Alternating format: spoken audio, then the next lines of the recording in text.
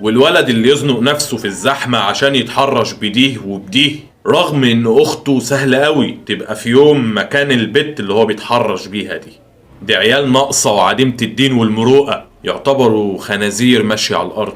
مش بس كده، والاخوة اللي واخدين تبرير وبيرموا اللوم على ادارة الجامعة عشان مش منظمين وما عملوش فاصل ما بين الولد والبنت. احب اقول لهم من امتى مكان العلم بنروح نسقف ونرقص فيه تحت رجل المطربين والمهرجانات؟ من امتى فلوس اهالينا اللي بيجيبوها بطلوع الروح بنروح ندفعها لمطرب او مغني او رقاصة واقفين على المسرح واحنا واقفين تحت رجليه؟ المطرب بيبقى فوق المسرح وانتوا بتبقوا تحت رجليه يا متعلمين يا بتوع الجامعات. ومن امتى اصلا كانت الحفلات دي حلال؟ ولا هنمايع في الدين عشان خاطر الهانم والبيه يفكوا شوية من الكلية؟ اهي قلبت تحرش ونجاسة وقلة ادب، وجسمك كبنت اللي مفروض اغلى ما تملكيه بقى من